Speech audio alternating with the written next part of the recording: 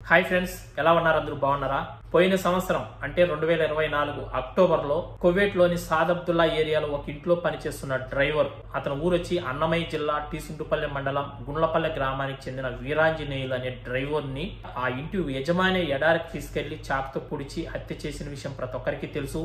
ఆ తర్వాత ఆ కువైట్ అతన్ని అరెస్ట్ చేసి జైలుకు తరలించినారు. ఆ కేసు ఇన్ని రోజులు కోర్టులో నడుస్తూ ఉండింది.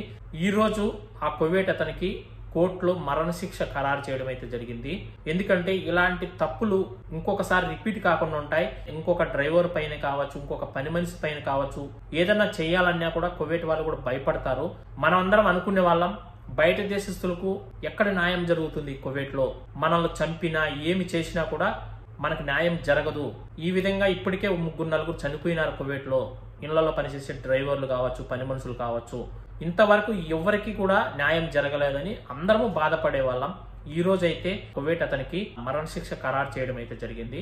ఆ చనిపోయిన వీరాంజనేయులు వాళ్ళ భార్య కూడా ఎంతో బాధపడింది. నాకు కూడా ఎన్నోసార్లు ఫోన్ చేసింది, అన్న ఇట్లా ఈ విధంగా నాకు ఫోన్ చేస్తున్నారు కువైట్ వాళ్ళు, మీరు రాజీ పడండి, మీకు ఎంత డబ్బులు కావాలో చెప్పండి, మేము డబ్బులు ఇస్తాము, మీరు రాజీకి రాండి, మీరు కువైట్కి రాండి, మేము వీసా పంపిస్తాము, మీకు ఎంత డబ్బులు కావాలంటే అంత డబ్బులు ఇస్తాము, రాజీ పడండి అని నాకు ఫోన్ చేస్తున్నారన్న.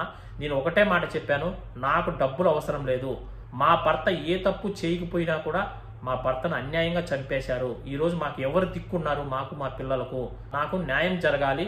మా భర్తను చంపిన ఆ కువైట్ అతనికి మరణశిక్ష విధించాలి అని ఆ రోజు ఆయన అయితే గట్టిగా చెప్పడం అయితే జరిగింది. ఆయన అనుకున్నట్లే ఈ రోజు ఆ కువైట్ అతనికి మరణశిక్ష ఖరారు చేయడం అయితే జరిగింది. ఈ రోజు చనిపోయిన ఆ వీరాంజనేయులు కుటుంబ సభ్యులందరూ ఎంతో హ్యాపీగా, ఎంతో సంతోషపడుతూ ఉంటారు. కువైట్కి ఏదో మనం బతుకు తిరుగు కోసం వస్తాం, ఏదో ఒక ఇంట్లో ఇక్కడ కష్టపడి పని చేసుకుంటూ 4 రూపాయలు సంపాదించుకొని మన ఇంటి దగ్గర ఉన్న అప్పులు తీర్చుకుంటూ మన పిల్లలను బాగా చదివించుకుంటూ ఒంటరి జీవితం అనేది అనుభవిస్తూ ఉంటాం.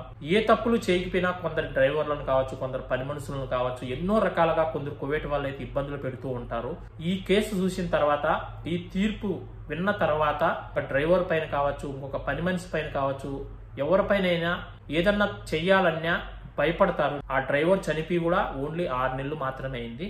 6 నెలల్లోనే ఈ రోజు తీర్పు అయితే వచ్చేసింది. కువైట్ లో పనులు చేసుకునే వాళ్ళం అందరం చాలా జాగ్రత్తగా పనులు చేసుకోవాలి ఇక్కడ. ఓకే ఫ్రెండ్స్, ఈ వీడియో అయితే మరొక మంచి వీడియోతో మళ్ళీ కలుసుకుందాం. ఈ వీడియోని అందరూ లైక్ చేసి ఈ వీడియోని 10 మందికి షేర్ చేయండి. అందరూ తెలుసుకోవాలి. అందరికీ బాయ్ ఫ్రెండ్స్.